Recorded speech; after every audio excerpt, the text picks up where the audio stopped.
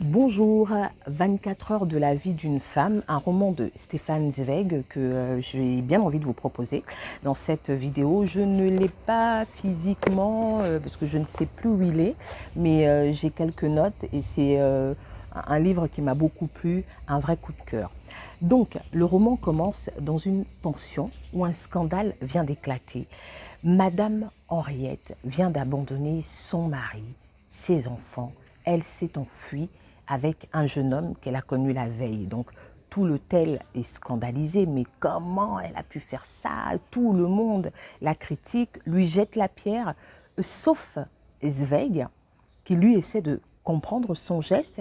Et puis, une vieille dame anglaise, Mrs. C., à qui cette histoire rappelle sa propre histoire. Quand son mari est décédé, elle a décidé de partir, voyager, faire le tour du monde pour oublier. Et de passage à Monte-Carlo, elle fait le tour des casinos parce qu'il y a un truc qu'elle adore, c'est de regarder les mains des joueurs.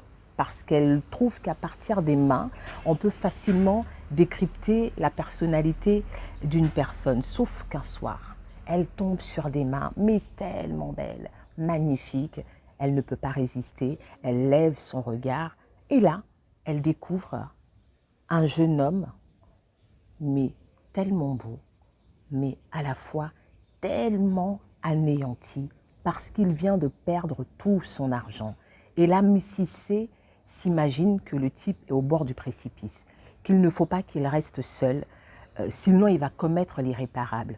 Donc, quand il sort du casino, elle décide de le suivre pour le consoler, pour éviter qu'il fasse une bêtise.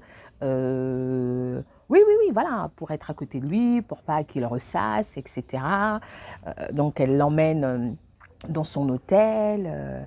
Elle fait vraiment preuve de beaucoup, mais alors beaucoup d'empathie, mais sauf que elle va éprouver un sentiment qu'elle n'a pas éprouvé depuis la mort de son mari. Elle va tomber en pamoison. Elle va être prise d'une passion folle pour ce garçon à tel point qu'elle s'est imaginé refaire sa vie à l'instant et que s'il fallait le suivre, partir au bout du monde avec lui, elle le ferait. Donc voilà, elle était prête à partir comme Madame Henriette avec un inconnu qu'elle avait connu quelques heures plus tôt et leur histoire va durer 24 heures. Et de cette histoire, Mrs. C en ressortira marquée, déçue à vie, blessée dans son amour-propre.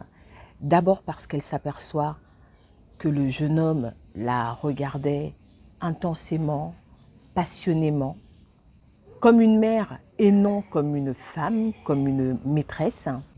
Et ensuite parce qu'elle découvre qu'il l'a trahi, c'est-à-dire qu'elle a pris soin de le conseiller, lui faire comprendre les dangers du jeu.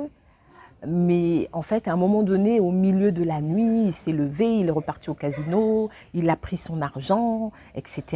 Donc, mais la déception totale pour cette dame d'un certain âge qui vient de rencontrer ce jeune homme qui a une obsession du jeu et qui fait fi finalement du secours qu'a pu lui apporter Mrs. G. D'où le fait que l'histoire de Madame Henriette lui rappelle la sienne et elle a honte parce qu'elle se dit que c'est du gâchis, s'enfuir comme ça avec un homme qu'on a connu 24 heures à l'avance. Elle a connu ça et elle en a eu honte toute sa vie d'avoir pensé, ne serait-ce qu'une seconde, à partir avec un inconnu, à partir avec un homme qui n'en valait pas la peine. Donc l'histoire tourne autour de ces 24 heures, dans le détail, au casino, quand ils arrivent à l'hôtel. C'est une très belle confession de femme, au-delà de l'histoire en elle-même qui est très jolie. Ce qui est envoûtant en fait dans ce roman, c'est la description des états d'esprit. Stefan Zweig, l'auteur, il est très fort. C'est-à-dire qu'il vous fait vivre les émotions des joueurs au casino.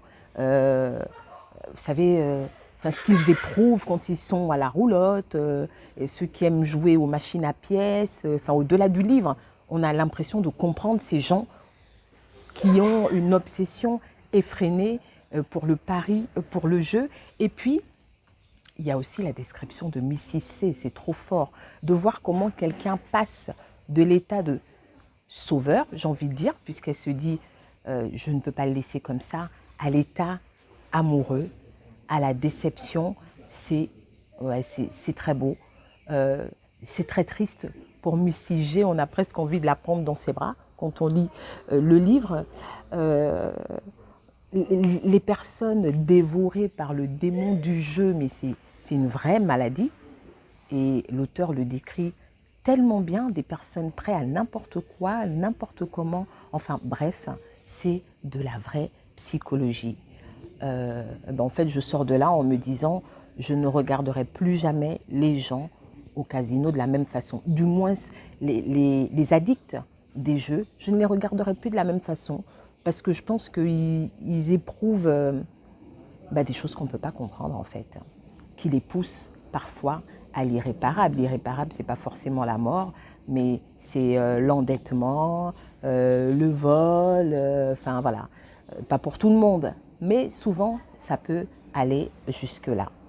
Donc voilà, le film a été adapté au cinéma. La première adaptation, c'était en 1968.